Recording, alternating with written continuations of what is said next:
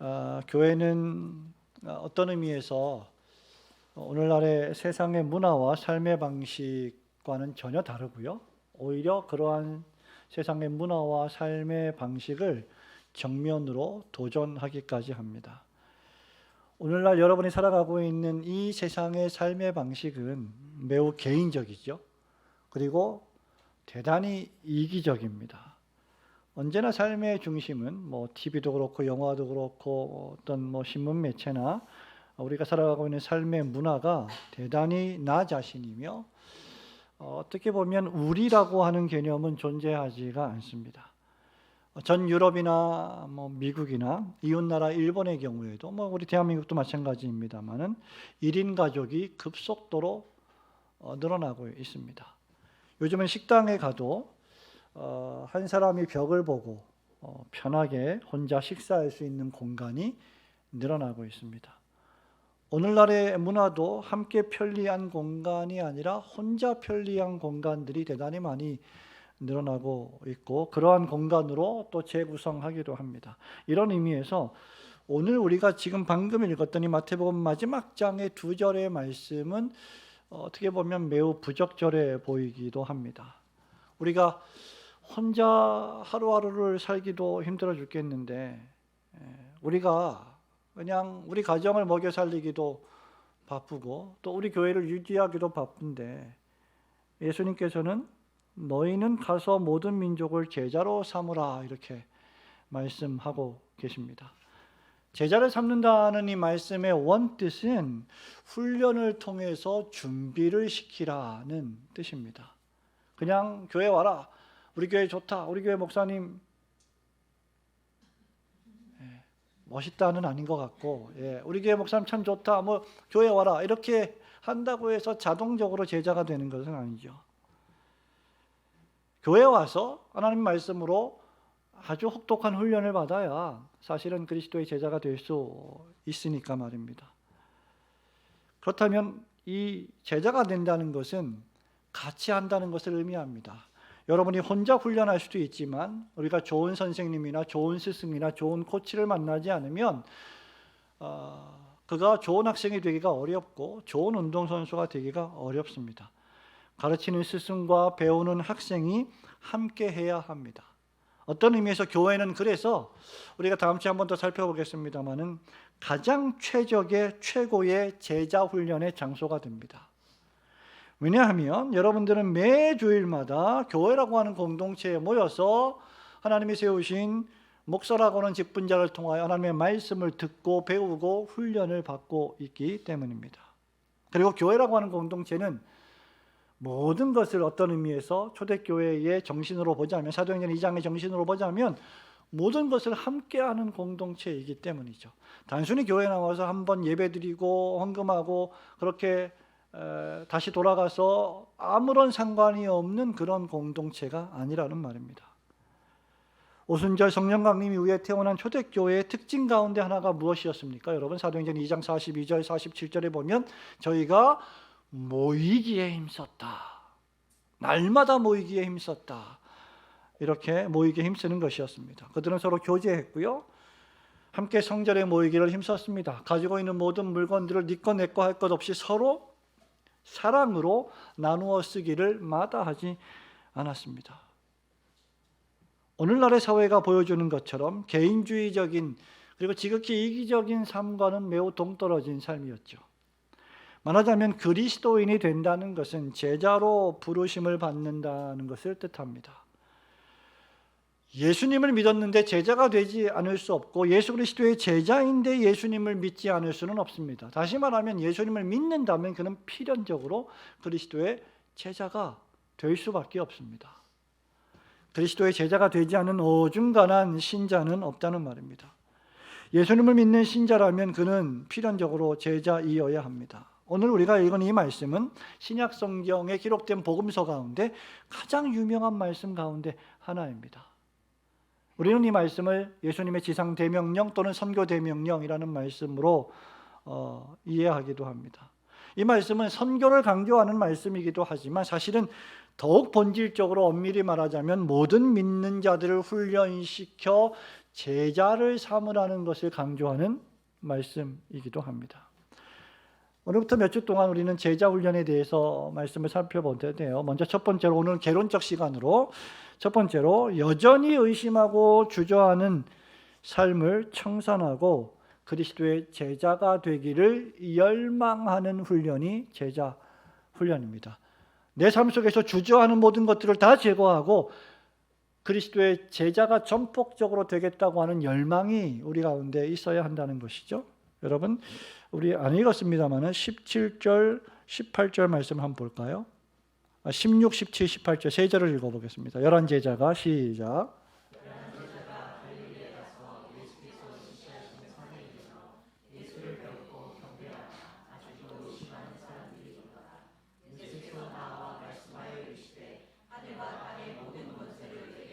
아멘. 17절에 보면 예수님의 제자들 가운데는 예수님을 경배하고 믿는 제자들도 있었지만 아직까지 의심하는 자들도 있었다라고 했습니다.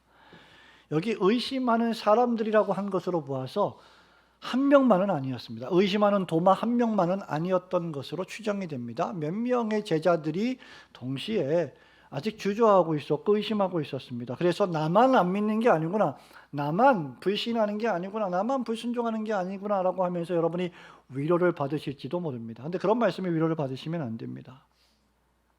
의심이라고 하는 헬라어 원어는 완전히 확립된 또는 결정된 불신앙이 아니라 불확실함 내지는 주저함, 머뭇거림, 믿기는 믿는데 주저하고 있는 거예요. 머뭇거리고 있는 거죠. 제자들의 경우에 제자들의 의심과 주저함이 뒤섞여 있었습니다. 그들은 구약의 예언의 말씀대로 오셨다가 고난받으시고 십자가에 돌아가셨다가 다시 부활하신 주님을 지금 목격하고 있었기 때문입니다. 죽었다가 살아나신 주님을 만나고 있는 것입니다. 그들 눈앞에 서 계신 주님이 예수님이 맞는지 의아해하고 있었던 거죠. 주님이 죽으시기 전에도 제자들은 종종 이런 말씀을 하셨습니다. 제자들에게 예수님께서 믿음이 적은 자들아 왜 의심하느뇨, 평안히 가라, 이런 말씀들을 자주 하셨습니다. 그러면서 책망의 말씀을 하신 것이죠. 그렇게 기쁨과 경배 그리고 동시에 의심과 주저함 가운데 있는 그런 제자들을 향해서 우리 예수님이 하시는 말씀이 이제 마지막에 하시는 말씀이 왜 의심하느냐 이 믿음이 없는 친구들아, 이렇게 책망하지 않으시고 예수께서 나와 말씀하여 이르시되 하늘과 땅의 모든 권세를 내게 주셨으니라는 말씀으로 지상대명령을 제자들에게 말씀하여 주십니다. 너희는 가서 모든 민족으로 제자를 삼아 세례를 베풀어라 라고 명령하십니다. 제자들의 의심과 주저함과는 완전히 대조적인 주님을 보게 됩니다. 확신과 적극성을 동반하여 주저함 없이 나아가서 사람들에게 복음을 전하고 즉시 가라고 명령하고 계십니다. 즉시 의심을 버리고 명령에 순종하라는 뜻입니다. 성도 여러분, 전도나 선교나 제자 삼는 일은 예수 그리스도의 십자가 죽으심과 그분이 죽었다가 하나님의 전능하신 능력으로 다시 살아나신 부활하시는 이 하심을 믿는 믿음을 전제합니다. 부활은 그래서 우리가 믿는 예수님을 전하는 전도와 선교의 근거일 뿐만 아니라 원동력이 되고 그리고 제자 훈련의 근거가 됩니다. 그러므로 여러분, 예수님의 제자가 되겠다는 사람이 의심하거나 불확실성 속에 빠져 있거나 주저해서는 안 됩니다. 우리가 무엇인가를 더 잘 알기 위해서 그것을 의심해 가는 것은 필요한 과정이지만 불신하기 위한 의심은 그것은 대단히 안 좋은 의심이기 때문입니다. 의심이 들거나 주저해서는 확신이 없기 때문에 즉시 떠날 수 없습니다. 하나님께서 우리 권사님의 마음에 뭔가 확신을 주셨으니까 올고등교회 내 남편이랑 가서 예배를 같이 드려야 되겠다. 그러니까 걸음을 옮길 수 있는 거 아닙니까? 그런 확신이 없다면 어떻게 걸음을 옮기겠어요? 주저하고 우리가 확신 넘치게 결정을 하지 못하겠죠. 모든 민족으로 제자를 삼는다는 것은 확실한 믿음의 확신이 전제되는 거예요. 내가 확신하지 않고 내가 믿지 않는데 어떻게 나가서 내가 믿지도 않는 그리스도의 죽으심과 부활과 십자가를, 천국을, 지옥을 전하고 설교할 수 있겠습니까? 목사가 자신이 확신하지도 못하는 진리의 말씀을 어떻게 확신 넘치게 전할 수 있겠습니까? 결코 그럴 수 없습니다. 제자들이 왜 의심하고 주저했습니까? 그들은 언제나 인간적인 자기 시각에서 주님을 바라보았기 때문입니다. 이것을 뛰어넘는 것이 뭐냐면 결국 믿음이에요. 그들은 언제나 자기 능력과 자기 경험과 지식으로만 주님을 보았기 때문입니다. 여러분, 오늘 교회다운 교회 제3장을 공부하셨을 텐데 순수하지 못한 교회 또는 거짓 교회의 특징 가운데 하나가 무엇이라고 했습니까? 교회의 전통과 법령을 하나님의 말씀보다 더 우선시하는 것. 그 중에 하나가 뭐냐면 내가 이제까지 경험해온 내 지식, 생각, 이것을 하나님의 말씀의 권위보다 더 높게 두면 그건 역시 순수하지 못한 신앙의 모습일 수 있는 겁니다.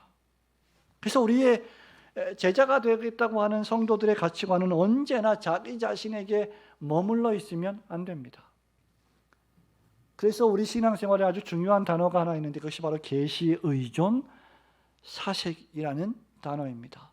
계시인 하나님의 말씀을 의존하고 그 말씀을 사색하고 묵상하고 또 생각하고 또 읽으면서 그 말씀이 의미하는 바를 마음에 새기고 그 말씀대로 내 모든 판단과 생각과 계획과 감정의 가치관을 정립하는 것. 이것이 제자가 해야 할 일입니다. 그렇지 않고 항상 자신의 지식이나 경험을 더 우선시하는 사람은 그리스도의 제자로 훈련되기가 대단히 어렵습니다. 여러분, 운동선수들을 가르치는 코치들이 가장 힘들어하는 선수들이 누군지 아십니까? 조금 알고 있는 사람들, 조금 내가 한다고 했던 사람들. 그렇지 않고 아예 초보자들은 코치가, 선생님이 가르쳐주는 대로 합니다. 근데 내가 조금 해봤잖아요, 이거를, 선수 생활을. 그러니까 그때부터는 내 생각이 상당히 들어가기 때문에 코치를 전적으로 신뢰하기가 어렵습니다. 그러므로 그리스도의 제자가 되려면 독불장군이 되어서는 안 될 것입니다. 그리고 개인주의자가 되어서도 안 됩니다. 제자가 된다는 것은 예수님을 믿고 예수님을 따르기로 결심하는 일인데 이 일에는 마태가 또 마가가 누가가 공히 기록하고 있듯이 마태복음 16장 24절, 마가복음 8장 34절, 누가복음 9장 23절에 공히 기록하고 있듯이 그리스도를 따라오려는 자는 첫째 자기를 부인하고 이거죠. 그 다음 자기 십자가를 지고 주님을 따르는 것이 포함되어 있기 때문입니다. 근데 이게 가장 어려운 일이에요. 자기를 부인하는 것이 얼마나 어렵습니까? 그러니까 우리가 혁명적으로 우리의 심령이 변화되지 않고는 사람은 절대로, 자연인은 절대로, 예수 믿지 않는 자연인은 절대로 자기를 부인할 수 없습니다. 그것이 부인되는 사람들이 누구냐면 바로 성도들이에요. 왜냐하면 하나님의 성령께서 우리의 심령을 변화시켜 주셨기 때문입니다. 그래서 심령이 가난한 자가 복이 있는 겁니다. 제자의 삶은 그래서 철저하게 이제는 나 중심의 삶에서 예수 그리스도 중심의 삶으로 변화되는 것이고 그 삶이 또다시 다른 사람 중심의 삶으로 그 삶의 패턴 전환이 이루어지는 거죠. 오늘 집사님 기도하신 것처럼 나보다 다른 사람을 더 낮게 여기는 것은 그가 나보다 무엇인가 더 출중하고 탁월해서가 아니라 내 안에 변화된 심령이 가난해진 이 혁명적인 사건이 벌어졌기 때문에 다른 사람을 나보다 더 낮게 여길 수 있게 된 겁니다. 자연인은 절대로 이것이 가능하지가 않은 거예요. 여러분, 이런 의미에서 그리스도의 제자의 삶은 오늘날 세속의 가치관의 삶과는 대단히 다릅니다. 여러분, 예수 믿고 신자로, 정말 신자로 살아가는 것이 아주 편한가요? 세상에 살아갈 때? 그렇지 않습니다. 바울이 디모데에게 말한 것처럼 무릇 그리스도 예수 안에서 디모데전서 3장 10절 말씀에 경건하게 살려는 자는 뭘 받으리라? 박해를 받으리라고 말씀하고 있습니다. 우리가 그리스도인으로서 세상에서 경건하게 살면 언제든지 세속적인 세상의 가치관과 충돌할 수밖에 없습니다. 왜냐하면 세속적 가치관의 대중문화는 뭐라고 노래를 합니까? 우리 아이돌의 노래 가사 가운데 있는 것처럼 오늘 밤 주인공은 나야 나. 이게 세상의 가치관이에요. 내가 주인공이고 내가 주역이고 내가 중심입니다. 중요한 것은 나 자신이지 다른 사람이 아니고 사회가 아니고 국가가 아니고 공동체가 아닌 겁니다. 오늘 우리는 아이폰 시대를 살아가고 있습니다. 아이폰, 아이패드, 옛날에 있었던 아이튠, 음악 듣는 것들 전부 다 이 특징이 뭐예요? 전부 나예요. 전부 내 거예요. 나만을 위한. 아이폰 시대를 살아가는 우리는 우리보다는 내가 더 중요하고 우선시됩니다. 하지만 매사에 나를 외치는 삶은 언제나 성경에서 뭐라고 말합니까? 어린아이와 같이 미성숙한 유아기적 신앙의 모습이다라고 정의하고 있습니다. 그리스도의 참된 제자가 되려면 나의 중심에 그리스도 예수를 모시고 예수 중심이 되어야 합니다. 내가 튀어나올 때마다 그것을 부인하고 예수 그리스도라면 어떻게 하셨을까를 생각하며 말하고 행동하는 것이 바로 참된 제자가 되는 훈련의 첫걸음입니다. 그러기 위해서는 우리 안에 의심을 다 버리고 주저함을 다 버리고 완전히 나 자신을 그리스도께 의탁하고 맡겨야 비로소 제자 훈련이 시작이 되는 겁니다. 매사에 나 중심의 이기적이고 유치한 생활을 청산하여 참된 그리스도의 제자의 초보로 들어가시는 그런 성도들이 되시기를 주님의 이름으로 축원합니다. 두 번째로 제자 훈련이란 그렇기 때문에 이제 그렇게 제자가 되어서 나보다 예수를 믿는 나보다 다른 사람이 내가 믿고 있는 그리스도 예수님을 더 잘 따르게 돕도록 수고하는 사람이 제자입니다. 그걸 훈련받는 사람이 제자입니다. 19절 말씀 한번 볼까요? 18절 19절 보겠습니다. 예수께서 시작.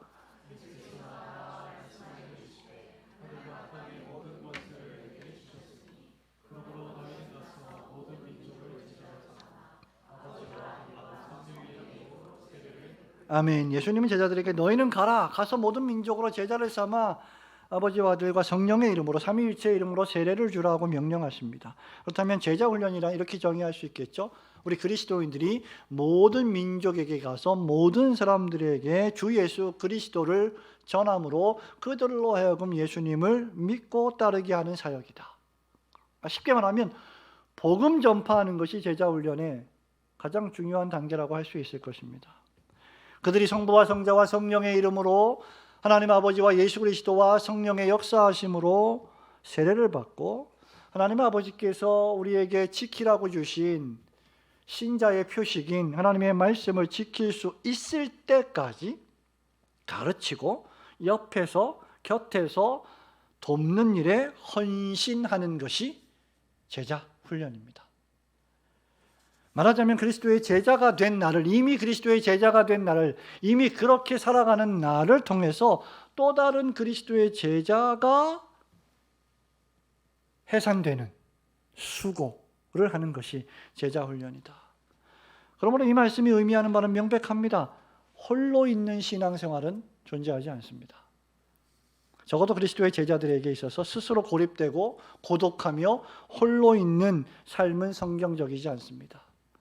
교회로 모이지도 않고 안식일을 규약하여 거룩히 지키지도 않고 성도의 교제를 나누지도 않고 조별 모임도 하지 않고 하나님의 말씀을 서로 묵상하며 나누지도 않는다면 그것은 성경적인 삶이라고 할 수 없습니다.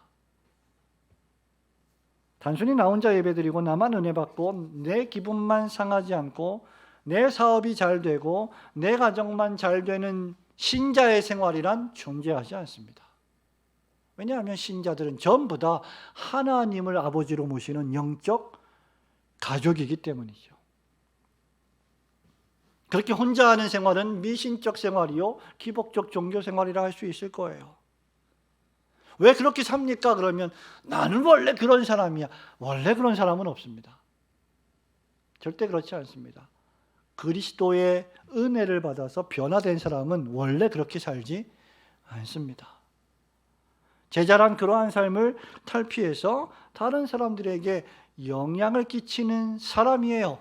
옛날에는 그렇게 살았었는데 예수를 믿고 나서 저 사람이 변화되었구나. 그래서 자신의 시간도 물질도 재능도 자신의 몸도 하나님 나라와 주님의 교회를 위해서 성도들을 위해서 저렇게 헌신하고 있구나라는 것을 주변 사람들에게 그냥 드러나도록 보여지는 삶, 그것이 신자의 삶이요, 그것이 제자의 삶입니다. 그래서 필연적으로 영향을 끼칠 수밖에 없습니다. 그리스도인은. 이런 의미에서 그리스도인은 모두 제자이지요. 그래서 예수님을 믿겠습니다 라고 하는 이 말은 그리스도의 제자가 되겠습니다 라는 뜻과 같은 겁니다. 예수를 믿는데 제자는 되지 않겠습니다. 목사님, 저는요 예수는 믿겠는데요 제자는 안 되겠습니다. 내가 교회는 나오겠는데 저를 제자 훈련하지는 마십시오. 저는 그냥 저 혼자 알아서 하겠습니다. 이런 삶은 존재하지 않다는 거예요. 제자된 그리스도인의 삶은 불가불 사람들에게 영향을 끼칩니다. 그가 어떻게 사느냐에 따라서 이웃 동료 그리스도인에게도 영향을 미치고 가족에도 영향을 미치고 사회에도 영향을 미치게 되어 있습니다. 영향을 미치지 않는 사람은 아무도 없습니다. 좋은 영향, 안 좋은 영향 다 미치게 되어 있어요. 우리 옛날 그런 말 잘 안 쓰니까 발음이 잘 안 되네요. 고사성어라 그러나요? 예. 금목자흑 근적자적. 예. 검정색과 같이 있으면 검정색으로 물들어지고 붉은색과 있으면 붉은색으로 물들어지고 누구를 두냐에 따라서 그 친구를 닮아갈 수밖에 없지 않습니까? 내가 어떤 사람과 가까이 하고 어떤 사상을 좋아하고 어떤 일을 좋아하느냐에 따라서 또 무슨 음식을 먹느냐에 따라서 그 사람이 결정됩니다. 우리 모두는 서로 영향을 주고받게 되어 있습니다. 바울이 로마서 12장 2절에서 이렇게 말을 했죠. 너희는 이 세대를 본받지 말고 변화를 받아 하나님의 온전하시고 기뻐하신 뜻이 무엇인지를 분별하도록 하라. 이렇게 경고하고 있습니다. 세상을 가까이 하는 자는 세상의 가치관, 세상의 철학, 세상의 소리를 가까이 하는 사람들은 언제든지 그 세상의 영향을 받습니다. 그러나 하나님의 말씀을 가까이 하는 사람, 하나님의 은혜를 가까이 하는 사람, 하나님의 말씀과 은혜를 가까이 하는 사람, 그 사람을 가까이 하는 성도는 그에게 은혜를 받고 영향을 받게 되어 있습니다. 그리스도의 제자란 그런 의미에서 예수 그리스도의 복음의 영향을 끼치는 사람들입니다. 우리 예수님은 모든 사람에게, 모든 민족에게 제자를 삼으라고 했습니다. 여기 모든 민족이란 헬라어 언어에 보면 모든 인종을 가리킵니다. 우리 인문학 용어 가운데 에스노그라피라고 하는 그런 단어가 있는데 인종학 또는 인류학 이렇게 말을 할 수가 있겠죠. 그리고 선교에 있어서 이 에스노그라피는 반드시 공부해야 될 중요한 과목 가운데 하나입니다. 이 모든 인류들, 이 모든 인종들에게 복음을 전하라는 것이죠. 이것이 기독교 복음의 영향력의 광범위함을 알려줍니다. 과거에는 오직 국가적 이스라엘에 한정되었던 그 복음의 계시의 발전 속에서 이스라엘에 제한되었던 그 복음이 이제는 모든 국가, 모든 민족, 모든 인류, 모든 방언, 나라와 족속에게 확장되고 있는 겁니다. 그러므로 그리스도의 제자는 모든 인종, 모든 계층, 모든 사람들에게 차별 없이 영향을 끼칠 수 있는 사람이어야 합니다. 이제 그리스도인은 다른 사람들이 예수님을 잘 믿고 따를 수 있는 모든 종류의 일을 돕고 헌신해야 할 것입니다. 이런 의미에서 여러분들은 그리스도의 제자가 되어야 합니다. 여러분은 누군가를 따라야 하고 또 누군가를 이끄는 제자들이어야 합니다. 여러분은 가르침을 받아야 하고 가르쳐야 하는 사람들이어야 합니다. 우리가 작년부터 매 주마다 올해까지 계속해서 리딩 지저스 공부를 하면서 또 올해는 새롭게 교회다운 교회 격주로 공부하면서 조장님들이 매 주마다 목양실에서 교육을 받습니다. 그런데 우리 교회는 그게 숫자가 뭐 수백 명, 수천 명이 되는 게 아니기 때문에 조장님들이 어떻게 해요? 거의 지금 막 돌아가면서 거의 모든 전교인의 조장화 이렇게 하고 있단 말이에요. 저는 이게 대단히 좋다고 생각합니다. 왜냐하면 여러분들이 모든 것들을 골고루 배워서 다른 성도들에게, 다른 사람들에게 그것을 가르칠 수 있는 수준으로까지 성장해야 하기 때문입니다. 그리고 그 일은 몇몇 사람들에게만 제한된 것이 아니라 모든 그리스도인들에게 다 공유되어 있는 것입니다. 그런 의미에서 여러분은 가르침을 받아야 하고 가르쳐야 하는 사람들이어야 합니다. 주의 일에 죽도록 충성하고 죽기까지 충성하고 또한 여러분이 지금 가르치고 있는 제자들에게 죽기까지 충성하도록 이끌어가는 사람이어야 합니다.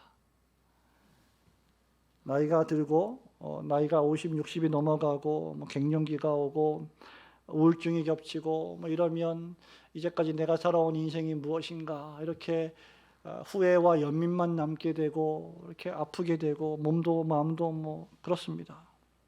뭐 하나 이룬 것 같지도 않고 자식들도 뭐 잘 못 키운 것 같기도 하고 뭐 그런 자조 섞인 생각들이 자꾸 듭니다. 그러나 그렇지 않습니다. 지금까지 여러분들을 인도하시는 분은 하나님이십니다. 하나님의 은혜로 우리가 지금까지 살아왔습니다. 하나님의 은혜로 여러분의 자녀들이 지금까지 주님을 사랑하고 주님을 믿고 있습니다. 그런 의미에서 우리의 모든 삶은 선교적 삶이에요. 전도적 삶입니다.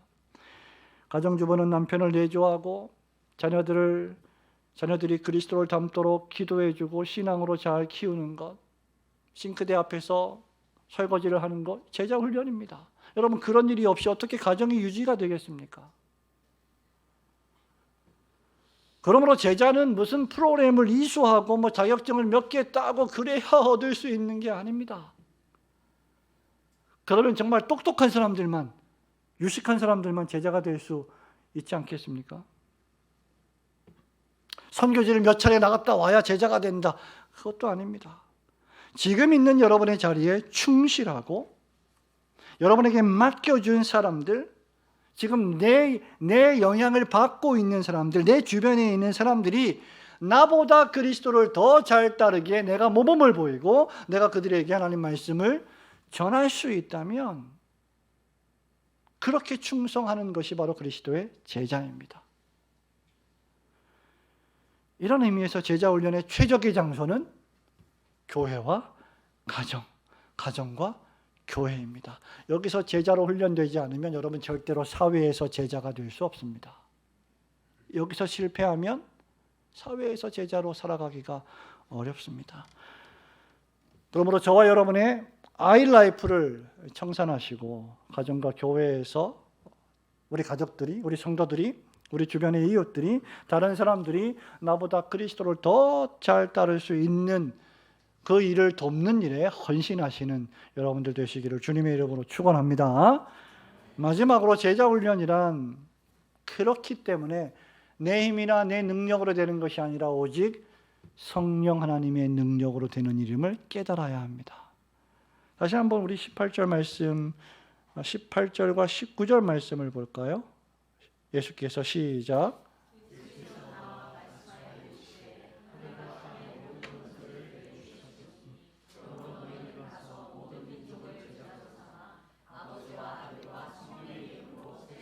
아멘. 내가 너에게 분부한 모든 것을 가르쳐 지키게 하라. 보라, 볼지어다 내가 세상 끝날까지 너희와 항상 함께 있으리라 하시니라. 진정한 선교는 무엇일까? 예수 그리스도의 성육신이야말로 진정한 선교이십니다. 그리스도께서는 우리를 당신의 그분의 아들 삼아주시고 더 나아가 그분의 제자를 삼으시기 위해서 그분 스스로 하나님과 동등됨을 취할 것으로 여기지 아니하시고 자기를 비워 종의 형체로 겸손히 낮아지셨습니다. 그리고 우리 곁으로 오셨습니다. 어떤 의미에서 제자가 된다는 건 그리스도께서 우리 곁으로 오신 것처럼 우리가 그들 곁으로 가는 것입니다. 그들과 함께 해주는 것입니다. 예수님은 우리를 제자 삼으시기 위해 고난당하셨고 온갖 조롱과 모욕을 당하셨지만 그것을 원수로 갚지 아니하셨고 십자가에 죽으셨고 하나님과 성령께서는 죽으신 그리스도를 큰 능력으로 다시 살리셨고 높이 들려 부활시켜 주셨습니다. 그러므로 그리스도의 성육신과 십자가와 부활이 우리 전도와 선교의 토대입니다. 이 일을 위해 하나님께서는 하늘과 땅의 모든 권세를 우리 주님께, 이미 있는 권세를 주님께 다시 한번 주셨고 그것을 확증하는 것입니다. 바울은 십자가에 죽기까지 순종하신 그리스도에 대해 빌립보서 2장 9절과 10절에서 이렇게 말씀합니다. 이러므로 하나님이 그를 지극히 높여 모든 이름 위에 뛰어난 이름을 주사 하늘에 있는 자들과 땅에 있는 자들과 땅 아래에 있는 자들로 모든 무릎을 예수의 이름에 꿇게 하시고, 종의 형체를 가져 죽기까지 낮아지셨고 십자가에 죽으셨던 그 주님을 하나님께서 높이셨습니다. 다시 살리셨습니다. 예수 그리스도는 생명과 사망의 열쇠를 갖고 계신 분이십니다. 그리스도는 천국문과 지옥문을 열거나 닫거나 하실 수 있는 분이십니다. 그리스도는 유일한 길이요 진리요 생명이십니다. 요한일서 5장 12절에 사도 요한이 말하는 것처럼 그리스도를 믿는 자에게는 영생이 있고 하나님의 아들을 믿지 않는 자에게는 영생이 없다고 했습니다. 그러므로 여러분, 제자 훈련이라는 것은 내 능력이나 내 지식이나 내 경험이 아니라 그리스도의 십자가 죽음과 부활의 능력으로 되는 일입니다. 그것을 믿어야 제자가 될 수 있는 겁니다.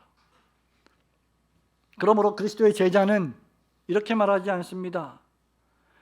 내가 하나님의 나라를 위하여 얼마나 많이 헌신했는데, 내가 지금까지 얼마나 많은 공로를 세웠는데 라고 결코 말할 수 없습니다. 그가 한 것은 아무것도 없습니다. 그가 포기한 것은 아무것도 없습니다. 허물과 죄로 죽었던 그가 뭘 포기할 수 있겠습니까? 모든 것을 그리스도께서 우리에게 다 주셨습니다. 한동안 한국교회는 무슨 제자훈련 프로그램이 1980년대, 90년대에 엄청나게 많이 생겼었습니다. 하지만 그리스도의 제자가 되려면 무슨 과정, 훈련, 학위, 무슨 프로그램 이것을 이수해야 되는 것이 아닙니다. 참된 제자가 되려면 죄를 회개해야 하고 예수 그리스도를 영접해야 하고 성령께서 주시는 십자가와 부활의 능력을 믿어야 합니다. 이게 없으면 절대로 그리스도의 제자로 거듭날 수 없고 제자로 성장할 수 없습니다. 이 일이 벌어지면 목사가 가르치지 않아도 그는 필연적으로 심령이 가난하게 되고 다른 일들을 통해서 애통할 줄 알게 되고 심성이 항상 온유한 마음으로 자기를 부인하고 그리스도를 전적으로 의지할 수 있게 되는 겁니다. 그리고 그리스도 한 분만으로 땅의 기업을 얻듯이 만족을 누리게 되는 것입니다. 그런 성도들을 훈육하고 양육하고 가르치는 것은 매우 쉬운 일입니다. 목회자에게 있어서. 왜? 혁명적으로 그의 영혼이 변화되었기 때문입니다. 유순하게 하나님의 말씀을 받고 배우기를 원하기 때문입니다. 제자훈련은 예수 그리스도의 십자가 죽으심과 부활의 능력 그리고 성령의 큰 능력과 확신으로 이루어져야 할 일입니다. 예수님을 참되게 믿고 진실되게 변화받은 나 자신의 삶의 변화로부터 시작되는 것이 진정한 제자훈련입니다. 이런 의미에서 예수님을 믿는 모든 그리스도인들이 제자가 된다라고 제가 말씀을 드리는 겁니다. 제자가 되지 않은 채 예수님을 믿을 수 없으며 예수님을 믿지 않고 제자가 될 수는 없습니다. 예수님을 믿지 않고 사도행전 2장에서 교회에 가입되는 사람은 존재하지 않습니다. 주께서 믿는 자들을 날마다 더하게 하시니라라고 할 때 그 모든 믿는 자들은 믿었기에 교회에 가입되었고 그 모든 믿는 자들은 사도 베드로의 복음적 설교를 듣고 회심하고 회개하고 그리스도를 영접했기 때문에 하나님께서 교회에 가입시켜 주신 것입니다. 그러므로 우리는 예수를 확실히 믿어야 합니다. 남포교회 원로이신 박영선 목사님이 그의 책에 인격의 제자 훈련이라는 책이 있는데요. 여기서 이렇게 말합니다. 예수 그리스도 안에서는 잘나고 못난 자가 없습니다. 오로지 먼저 된 자와 나중된 자가 있을 뿐입니다. 먼저 된 자라는 것은 먼저 태어난 것이고 중생했다는 말이죠. 나중된 자라는 것은 나중에 태어난 것에 불과합니다. 어느 누구보다 고급하거나 우월하거나 계급이 높거나 신분이 다르거나 존재 가치가 다르지 않습니다. 제자 훈련을 받았거나 가르치는 것은 하나님 앞에서 내가 좋은 봉사의 직분을 받은 것에 불과합니다. 맡은 일의 중요도나 계급이나 신분을 논하는 것이 아닙니다. 이렇게 말하고 있습니다. 그런데 여러분, 그렇게 먼저 되는 것도 나중 되는 것도 사실 하나님의 은혜가 아닙니까? 그러므로 우리가 자랑할 일이 무엇이겠습니까? 다른 사람보다 내가 먼저 하나님을 알게 되었고 하나님의 은혜로 내가 죄인임을 깨닫게 되었으면 더 겸손해야지.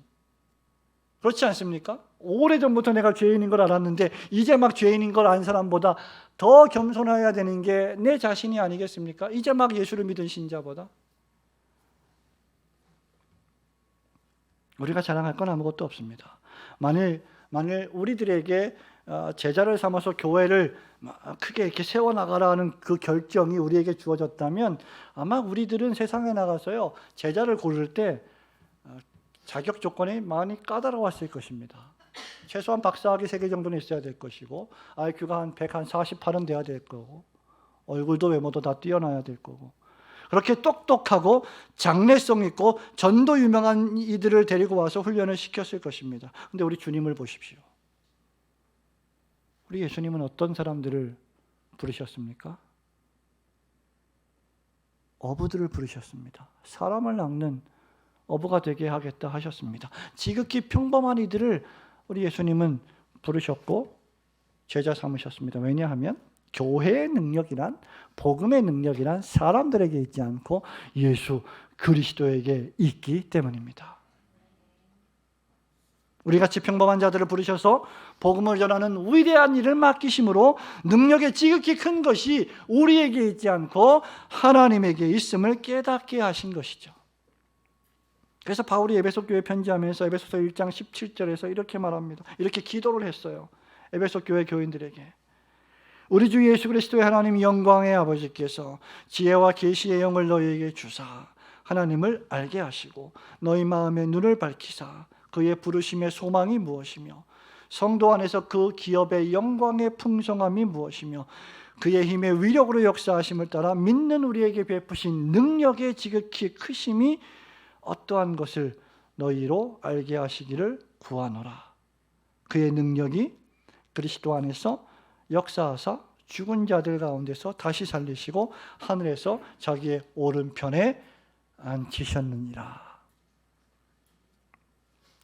너희 마음의 눈을 밝히사 하나님을 알게 하시고 우리를 불러주신 그 부르심의 소망이 무엇이고 성도 안에서 그 기업의 영광, 우리가 장차 받을 하나님 나라 천국의 그 영광의 풍성함이 무엇인지 그리고 그것을 지금 우리 안에서 느끼게 해주고 알게 해주는 그 능력의 크심이 어떠한지를 너희들이 알기를 원한다. 이게 바울의 기도예요.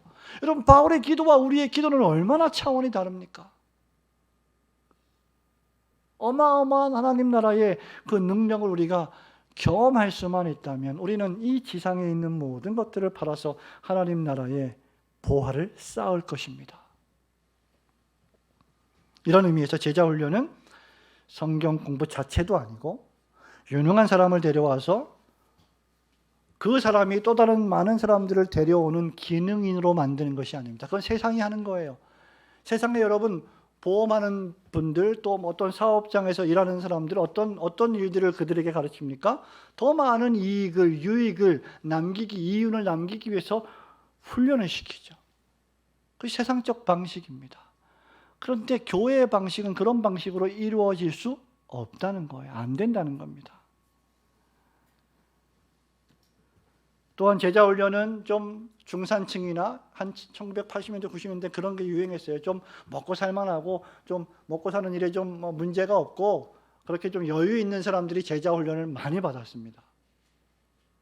그렇게 여유 있는, 경제적으로 생활에 여유가 있는 사람들만 제자 훈련을 받고 제자가 되는 것도 아닙니다. 우리 모두가 다 예수님을 믿는 신자라면, 우리 모두가 다 하나님의 자녀라면, 우리 모두는 다 그리스도의 제자입니다. 어른도 아이도 전부 다 말이죠. 상하양도 그리스도의 제자입니다. 예수를 믿는다면 말이죠. 바울은 데살로니가 교회 교인들에게 데살로니가전서 1장 5절 6절에서 이렇게 말합니다. 이는 우리 복음이 너희에게 말로만 이른 것이 아니라 또한 능력과 성령과 큰 확신으로 된 것입니다. 우리가 너희 가운데서 너희를 위하여 어떤 사람이 된 것은 너희가 아는 바와 같으니라. 그리고 뭐라고 말해요? 그 다음에 또 너희는 많은 환난 가운데서 성령의 기쁨으로 말씀을 받아 우리와 주를 본받은 자가 되었으니. 여러분, 제자가 누구냐면 많은 환난을 당하는 자들이에요.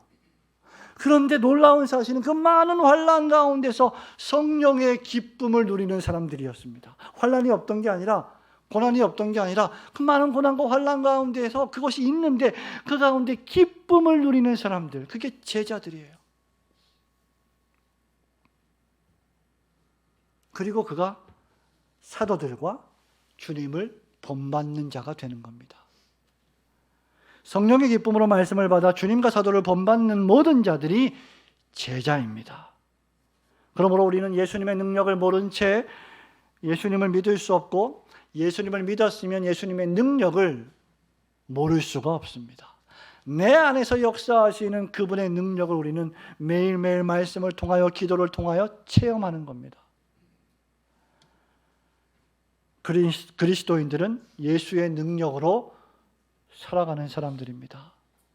갈라디아서 2장 20절에서 바울이 말하죠. 내가 이제 사는 것은 내가 사는 것이 아니요 내 안에 그리스도께서 사시는 것이라. 여러분들이 앞으로 그리스도의 제자로 살아갈 때 언제나 그리스도의 십자가와 부활을 자랑하며 그 능력으로 살아가시는 제자들이 되시기를 주님의 이름으로 축원합니다. 여러분, 말씀을 맺습니다. 그러면 우리는 왜 제자 훈련을 받아야 하고 왜 또 다른 사람들을 제자로 삼아야 할까요? 그것은 하나님께서 우리에게 보여주신 사랑 때문입니다.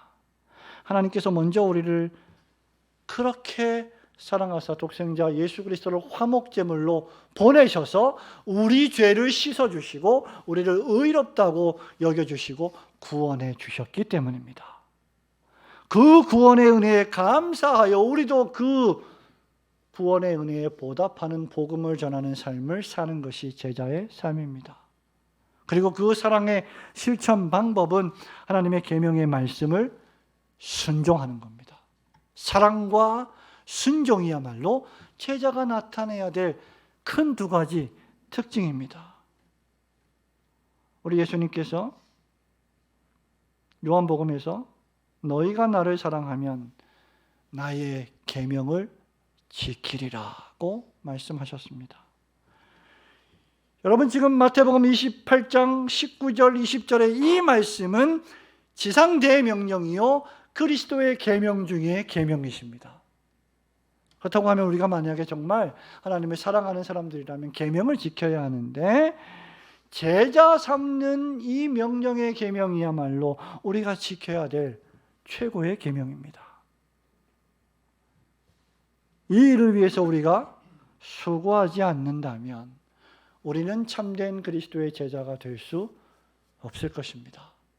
그러나 우리가 이 일에 수고하고 우리가 만나는 모든 사람들을 우리보다, 나 자신보다 더 그리스도를 잘 믿고 그리스도를 더 잘 따르며 하나님의 나라와 그분의 몸된 교회를 위하여 헌신하고 충성하는 자가 되도록 돕는다면 우리는 진정한 그리스도의 제자들입니다. 우리 올고든교회가 비록 큰 교회가 아닙니다만 숫자적으로 이 교회에 계시는 모든 성도들은 그렇게 하나님을 사랑하고 하나님의 계명의 말씀에 순종하여 제자를 훈련하는 제자들이 다 되시기를 주님의 이름으로 축원합니다. 아멘.